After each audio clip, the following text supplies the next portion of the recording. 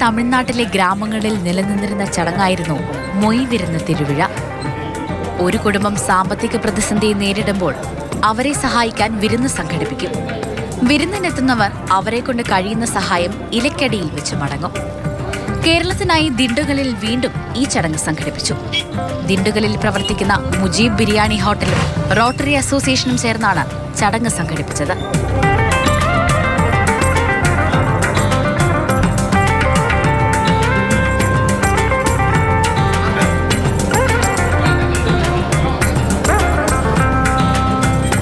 വൈകിട്ട് 7 മണി മുതൽ 10 മണി വരെയായിരുന്നു ചടങ്ങ്.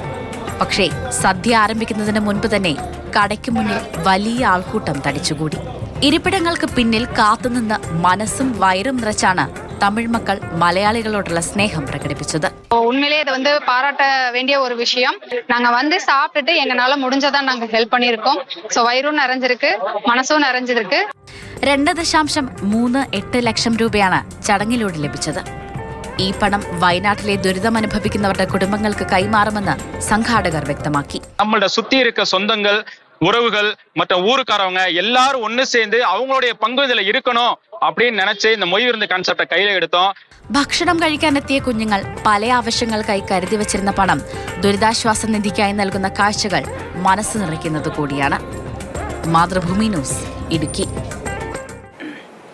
ജെയിനിസ് രാജ് തത്സമയം ചേർന്നു. Jain, good morning. വല്ലാതെ മനസ്സ് നിറയ്ക്കുന്ന ഒരു റിപ്പോർട്ട് കൂടിയാണ് ഇതെന്ന് തോന്നുന്നു. കാരണം മറ്റൊരു നാട്ടിൽ നിന്ന് നമ്മുടെ നാട്ടിലേക്ക് സഹായിക്കാൻ വേണ്ടി കാലങ്ങൾക്ക് ശേഷം ഇങ്ങനെ ഒരു ചടങ്ങ് സംഘടിപ്പിക്കുക എന്ന് പറയുന്നത് അതെന്തുകൊണ്ടും മനസ്സ് നിറയ്ക്കുന്നതാണ്. എല്ലാ അഭിനന്ദനങ്ങളും. തീർച്ചയായിട്ടും അങ്ങനെ തന്നെയാണ് മോത്തി. കാരണം ഇത് സാധാരണ ദുരിതാശ്വാസ നിധിയിലേക്ക് പണം കണ്ടെത്താൻ നമ്മുടെ നാട്ടിലൊക്കെ ഇത്തരം പല തരത്തിലുള്ള ഇത്തരം പണ സമാഹരണ പദ്ധതികളൊക്കെ നടത്തുന്നുണ്ട്. പക്ഷേ കേരളത്തിന് പുറത്ത് തമിഴ്നാട്ടിൽ അവരും അത്തരത്തിലുള്ള ചടങ്ങുകളിലൂടെയും മാർഗങ്ങളിലൂടെയും പണം കണ്ടെത്തി കേരളത്തിലെ സഹായിക്കാൻ വേണ്ടി മുന്നോട്ട് വരുന്നു എന്നത് തീർച്ചയായിട്ടും ആശ്വാസം നൽകുന്നതാണ്. അവരുടെ കരുതലിന് നമ്മൾ കടപ്പെട്ടവർ കൂടിയാണ്. ചെന്നൈയിൽ പ്രളയമുണ്ടായ സമയത്ത് കേരളത്തിൽ നിന്നും വലിയ രീതിയിലുള്ള സഹായം നമ്മൾ അങ്ങോട്ടും നൽകിയതാണ്. അപ്പോൾ പരസ്പര സഹകരണത്തിൻ്റെ ഒരു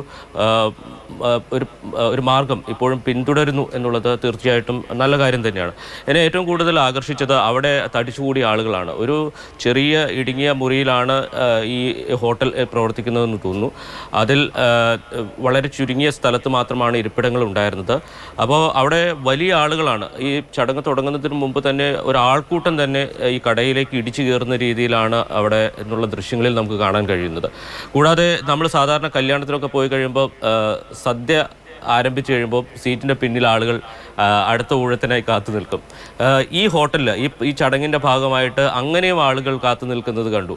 പിന്നെ ആ പ്രദേശത്ത് നിറയെ ആളുകളാണ്. ഒരുപക്ഷെ ഒരു ഉത്സവത്തിന് സമാനമായിട്ടുള്ള ഒരു അന്തരീക്ഷം അവിടെ ഉണ്ടാവുകയും ആളുകളാൽ കഴിയുന്ന സംഭാവനകൾ ഇലക്കടിയിലും അതോടൊപ്പം തന്നെ അവിടെ ഒരു പാത്രം വെച്ചിരുന്നു. ആ പാത്രത്തിലും ഒക്കെ ഈ പണം നിക്ഷേപിച്ച് മടങ്ങുന്ന ഒരു കാര്യം, അത് തീർച്ചയായിട്ടും നമ്മളോടുള്ള കരുതലും സ്നേഹവും കൂടിയാണ് അവർ പ്രകടിപ്പിക്കുന്നത് എന്നുള്ളത് തീർച്ചയായിട്ടും അഭിനന്ദിക്കേണ്ട ഒരു കാര്യമാണ്. എല്ലാവർക്കും മാതൃകയാക്കാവുന്ന ഒരു കാര്യമാണ്. കാരണം ഒരു ദുരന്തമുഖത്ത് നമ്മളെ സഹായിക്കാൻ അയൽക്കാർ മാത്രമേ ഉണ്ടാകൂ എന്നുള്ള ഒരു തിരിച്ചറിവ് എല്ലാവർക്കും കൂടി ഉണ്ടാകണം. അതിനുകൂടി ഉതകുന്നതാണ് ഈ വാർത്ത എന്നാണ് ഞാൻ കരുതുന്നത്. മോത്തി, തീർച്ചയായിട്ടും ജെയിൻ, അത്തരത്തിൽ തന്നെയാണ് നമുക്ക് എന്തുകൊണ്ടും അഭിമാനിക്കാം. അത്തരത്തിൽ അങ്ങോട്ടും ഇങ്ങോട്ടും സഹായം വാങ്ങിയും കൊടുത്തുമൊക്കെ അയൽവാസികളായി നന്നായി തന്നെ മുന്നോട്ട് പോയിക്കൊണ്ടിരിക്കുന്നു എന്ന കാര്യത്തിൽ